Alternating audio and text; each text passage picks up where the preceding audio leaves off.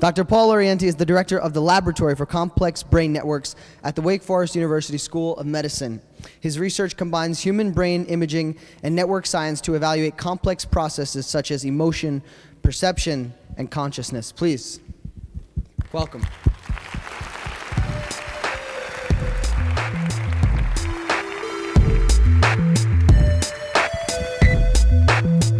All right, thank you, everybody. Hey, Chris, have you ever had to follow someone who threw boomerangs on the stage?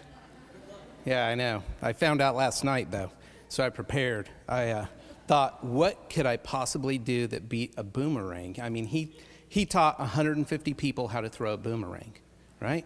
I thought, what if we taught 150 people how to throw throwing knives? So reach under your chairs. No. You don't have throwing knives. You don't have throwing knives. What I actually really do want to do today is convince you all, it's weird, we can't see you up here, that you are part of a scientific revolution. And I hope if you aren't, that you'll become part of it. It's interesting, as I go through this talk, I'll talk to you about complexity science. And you all, the people in here who aren't scientists, understand it. And it's us, the scientists, who don't get it. And revolutions don't come easy. See, the kings and queens, they didn't get out of their thrones and say, here, have my kingdom, I don't want it anymore. Science has built a lot of thrones, and there are a lot of kings and queens on those thrones. And guess what? They don't want to get out of that throne. And it's going to take someone from outside of science to make that change. And so as I go through today, I'm going to tell you some of the things that I think need to change, that I think that in a day where everyone has a potential voice, maybe it's not all heard, but we all have a potential voice, that you all can make that change. They're your tax dollars, by the way. So let's get started. Before I go into anything, I want to thank the laboratory I belong to. It's an amazing group of interdisciplinary people from very different backgrounds and very different training, but we all have one thing in common.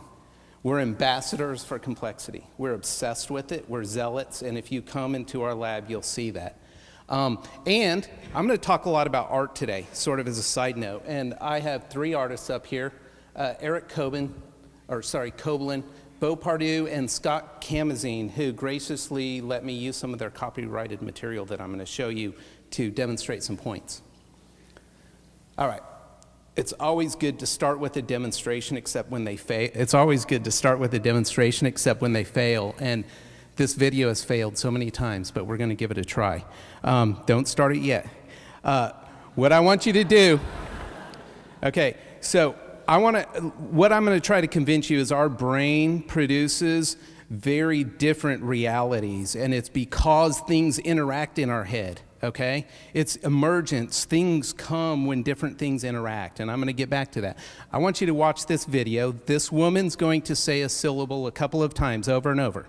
She's going to play the video, and then she's going to stop it, and I want to hear what you guys think this woman is saying. So go ahead and start the video. Watch her. Pa, pa, pa, pa, pa. Okay, who's brave? What did you hear? Ta. Who didn't hear ta? 1, 2, 3, I can't see very many hands. Most people heard ta, right? Okay, close your eyes. I promise I'm not going to come steal your wallets. Get ready, close your eyes. Now listen, play the video again for me, please.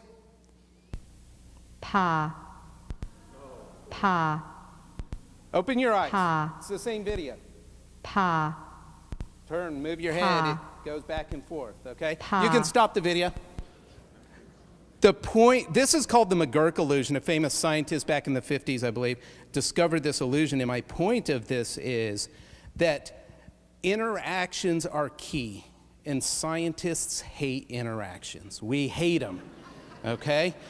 What happened here is the part of your brain back here that sees, it took in her lips. The part of your brain that hears, which is right here, it heard the sound from the speakers. And that came together, and a behavior emerged out of that.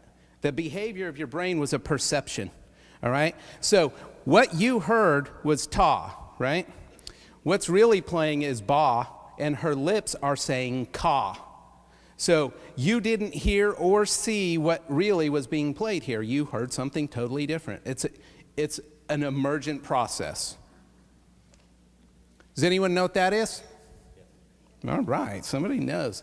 If I tell you that's a hawk, would you know what that is? This is a flock of starlings flying through the air, exhibiting emergent behavior. A complex system like this, it includes a bunch of individuals, okay? Each little bird's an individual. They're very similar, but they're slightly different.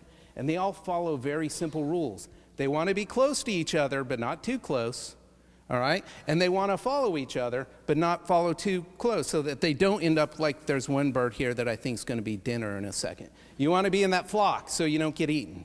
This is an emergent behavior that a complex system produces. This goes really well with our honeycomb up here. This is a beautiful photo by Scott Kamazine showing bees fanning their hive. The temperature of a beehive has to remain very constant. It can't do this or the brood dies.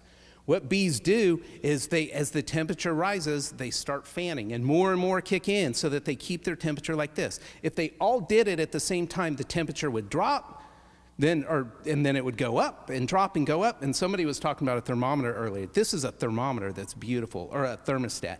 It doesn't bounce up and down because they're exhibiting a complex emergent behavior. Let's go back in history. You already saw one of these guys today. The scientific revolution, which the dates are really kind of wishy-washy, but this was a time when we thought the Earth was the center of the universe, when astrology and witch doctors were the norm. And these amazing people, Galileo, Sir Isaac Newton, Sir Francis Bacon, brought the revolution to us. And their genius allowed us to move to astronomy and scientific prediction. Many of you may not know Sir Francis Bacon, but he is the father of the scientific method. He wanted to develop a means to formally define the cause of a phenomenon. And so what he did is he invented reductionism. Reductionism is you take a system, you break it down to all its little parts, and you study each little part, okay? Once you understand each little part, you put the system back together, and now you understand it. And I'll tell you what, at this time, it was awesome. And our knowledge grew exponentially, okay? Now, 200 years later or more, we're still using reductionistic science and the scientific method. This is a Yamaha 100cc two-stroke engine. If you want to know how the motorcycle going down the road works, you don't watch the motorcycle. You take the engine apart, right? You study each little piece, then you put it back together and you understand how it works. When a piece breaks, you can predict what piece broke because you understand the engine. This is reductionism and it's perfect. And it works for complicated things like this. This, another beautiful photo by Beau Pardue, a diver, is a complex system. This is a school of fish. I asked my daughter this morning, who's the leader of this? She's smarter than I was ever. She said, a shark. I said, you're right. You're actually right. I just don't know where the shark is.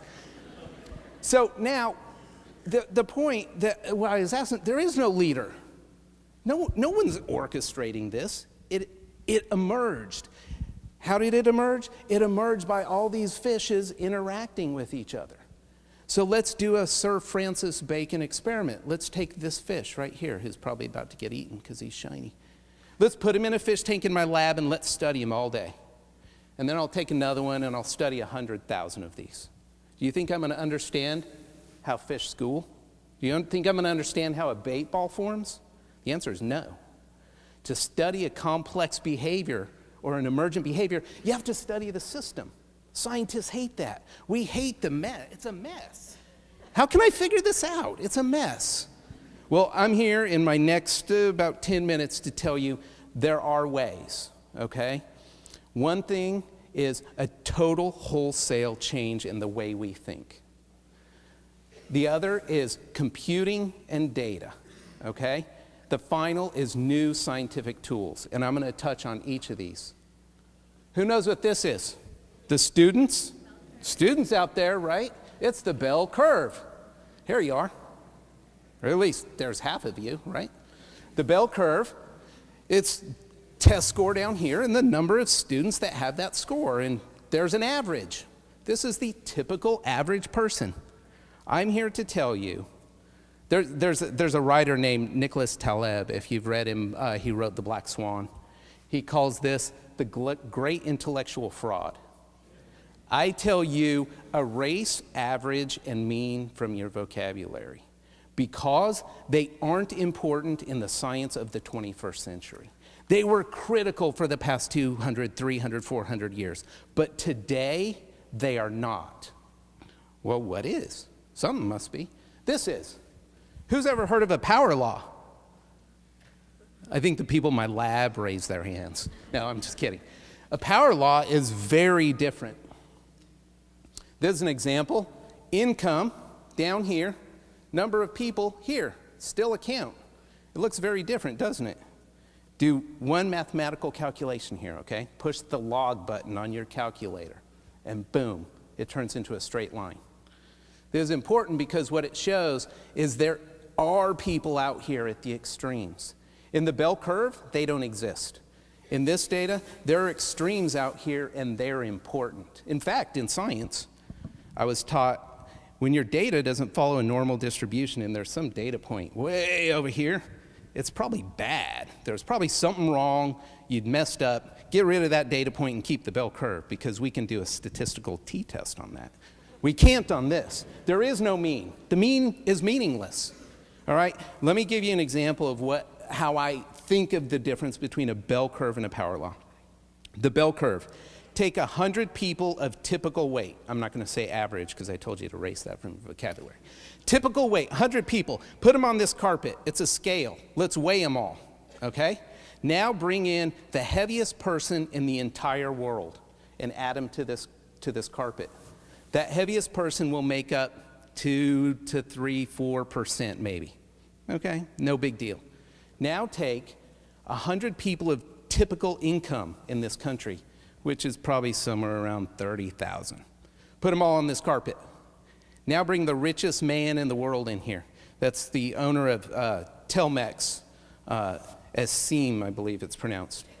His wealth is more than 2,000 times all of these people's annual income combined. That means it takes 200,000 people to make up his wealth. That's almost Winston-Salem. He is this guy. I want to be this guy.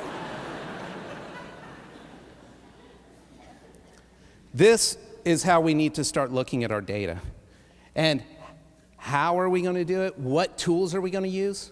Oh, let me show you. I forgot. My colleague told me to add this real quick. The power law is everywhere. You may say, well, I've never heard of it. What? It's everywhere. This is the body weight of animals versus their heart rate on a log-log scale. It's a power law. This is the size of earthquakes on a log scale. Guess what? It's a power law. I don't think I need to say all these. This is city size versus number. How about box music? Fluorescent light. These aren't fluorescent. Book sales, right? That's probably Harry Potter right there, right? She's that guy too, except she's a girl. They're ubiquitous in nature. They might not be ubiquitous in things we engineer, but they're ubiquitous in nature. They're everywhere. Who's on Facebook? Oh, wait, who's not on Facebook? Hey, there's a bunch of hands. This is the network of Facebook from 2010 where they had 500 million members. They now have 700 million members, and there are 69 billion connections. This is what's called a network. I do network science. A network is a collection of nodes. Nodes are things. On Facebook, it's people. On the internet, it's computers. On the web, it's web pages. Nodes are connected by edges. Things are connected. On Facebook, it's friends. The internet, it's wires. On the web, it's links. Okay? This is a network. We study them all the time. They're really amazing. This is my favorite network. My student, Kwawi Telesford, gave this to me for Christmas. That's sad, huh? This he called the adult interactome. Who's ever played 6 Degrees of Kevin Bacon? Anyone? Yeah? It's a game where you can get from any actor to Kevin Bacon in 6 steps. This one's a little different. He didn't make this out of the Internet Movie Database. He used the Internet Adult Film Database. So what he did is he found everyone who is in an active scene together in an adult movie, and I mean active. So the pizza guy that showed up to the slumber party but left, he's not up here. If he stayed, that's probably him. But what we did with this data, so it's funny, but it's real. And we know this network, it's true, so we know truth about it. And what we can do is we can analyze this. These different colors he discovered with a computer algorithm, they actually turn out to be different genres of movies. I haven't watched them all, but this is 70s, this is 80s, this is 90s and 2000s, this is foreign film, this is male film. I'm not sure what this is, and I don't think we want to know. You can zoom in on this and look at the core that holds these networks together. We're doing this with the human brain. We're zooming in and looking at the core, and you find people like, I don't know if you guys know him, but some Dick Nasty. He is an excellent actor. This is a Caribbean reef. Sorry, this is a Caribbean reef. It's really his name, apparently. He was born that way. If you were, sorry, if you were Sir Francis Bacon and you wanted to study this because this fish right here was dying. This is plankton down here. Lines mean they're eating each other. This fish was dying. You would study this fish and you would never figure out that this fish is dying because this species is dying. You need to study the network, okay? This is a very cool artist, Aaron Koblin. This is some of his art showing 205,000 flights across the United States on August 12, 2008. You can zoom into Chicago, my worst airport. Look at all the flights. So you can find the hubs. You can find the nodes that are most critical for this system. Guess what? If you plot the number of connections here of a network versus the probability, it follows a power law. So networks exhibit power law behavior too. So I'm supposedly a neuroscientist. I study the brain. And in 2 minutes, I'm going to tell you about some of the really cool stuff we're doing. We are building brain models on the computer. And what we do is we measure a real person's brain in the MRI scanner. We build a network of their brain. And then we put it into a model. So this is someone's real brain. This is the front of their brain, the back of their brain. Each dot is a node or a little chunk of brain tissue, and each line is a functional connection. And if you can turn on that model, what we do is we let these regions interact, and they turn on and off based on their neighbors. And they can interact in very complex patterns, or you can change the inputs to the model and you can get very simple patterns, which is somewhat like my brain functions most of the time. Change the inputs again, and all of a sudden this thing will start interacting crazy. You might say, well, you don't know what it's doing. And I would say, you're right, we don't actually know what it's doing right now. But what we're doing is we're planning to train this thing to exhibit behaviors that we want it to exhibit. This is the solar system. I'm out of time, but it has 3 billion stars. The brain has 3 billion neurons. We don't have to make a full-scale map of the brain. I made a full-scale map of the world. It's a 3-dimensional one, and this part represents that screen right there. Thank you.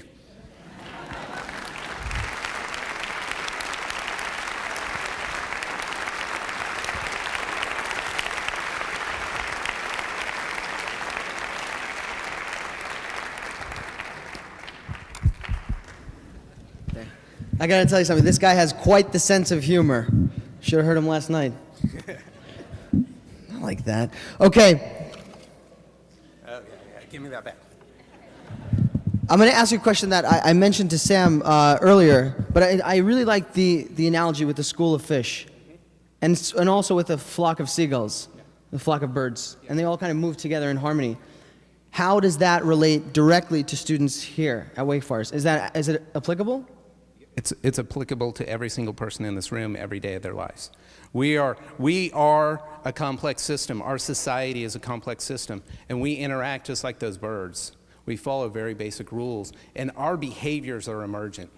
And so what we need to think when we want to control the behaviors of society, we can't perfectly manipulate it. We can't predict where it's going, but we can guide it. You can guide that flock, but you can't contain the flock. So we need to think about that. We can't contain the economy. We can guide the economy. And it goes with pretty much all natural systems.